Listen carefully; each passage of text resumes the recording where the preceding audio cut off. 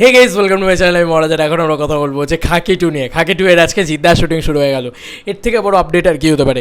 Already শুটিংয়ের কিছু glimpses আমি দেখতে পাচ্ছিলাম, বেশি কিছু দেখাবো না ভাই। শুটিংয়ের কিছু দেখানো অ্যাকচুয়ালি তো উচিত না। সে জাস্ট আমি বলবো জিদ্দা একটা এরকম মানে ট্রেক খুলে বেরোলেন এবং হেঁটে গেলেন। কি লাগছে জিদ্দাকে, কি সোয়াগ, কি স্টাইল, কি স্টেটমেন্ট, কি অ্যাটিটিউড, আলাদা লেভেলের লাগছে জিদ্দাকে।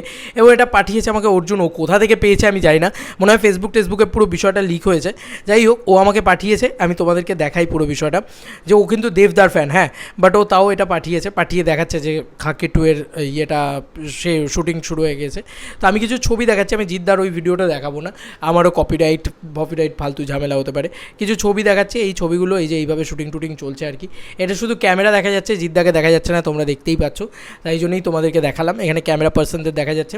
এটা খাকি টু এর শুটিং। এবং তোমাদেরকে বলে রাখি যে শটটা আমি তোমাদেরকে ইয়ে করলাম, জিদ্দা এরকম হেঁটে যাচ্ছেন, হেঁটে ঢুকছেন, ওটাতেই জিদ্দাকে আলটিমেট দ্য মাসিভ কিং লাগছে, আলাদা লেভেলের লাগছে। He is the ultimate boss, he is the ultimate king, এটা নিয়ে কোনো সন্দেহ নেই। তো অলরেডি বুমেরাং ব্লকবাস্টার দেওয়ার পরে, মানে অলরেডি হিট তো হয়েই গিয়েছে, এই ছবি তো ব্লকবাস্টার হবে, এটা নিয়ে কোনো সন্দেহ নেই। তো বুমেরাং হিট দেওয়ার পরে বা ওই সুপার হিট দেওয়ার পরে বা ব্লকবাস্টার দেওয়ার পরে জিদ্দা শুরু করলেন খাকি টু এর শুটিং। আজ থেকেই কিন্তু জিদ্দার শুটিং শুরু হয়ে গেল। আমরা খবর পেয়েছিলাম বিভিন্ন জায়গায়, কলকাতায় বিভিন্ন বাকি কাস্টিংদের শুটিং চলছে, বাট আজ থেকে জিদ্দার শুটিং শুরু হয়ে গেল।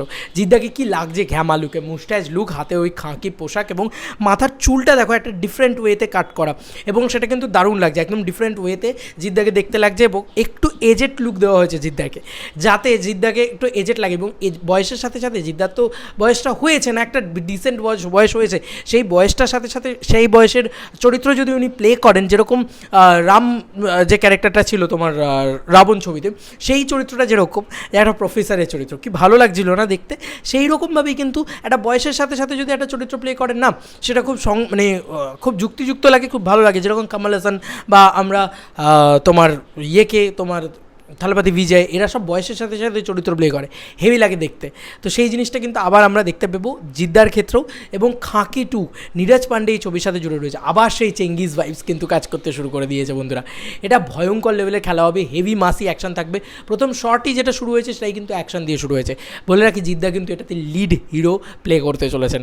বলিউড কাঁপাতে আসছে জিদ্দা, ঝড় তুলতে আসছে জিদ্দা, তাণ্ডব তুলতে আসছে জিদ্দা, সব মানে তছ নচ করে দিতে আসছে জিদ্দা।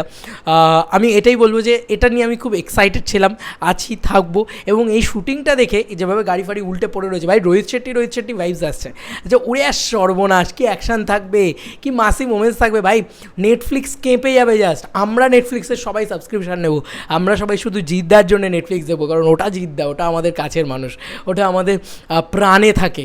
তো দিস ইজ আ জিদ্দা পাওয়ার। এই আপডেটটা পেলাম এক্সক্লুসিভলি, তোমাদেরকে জানালাম। তোমাদের কার কি মতামত এন্টার ভিডিওটাকে নিয়ে জানিও কমেন্ট সেকশনে। চলো বন্ধুরা, নতুন কোনো ভিডিওতে দেখা হবে, বাই।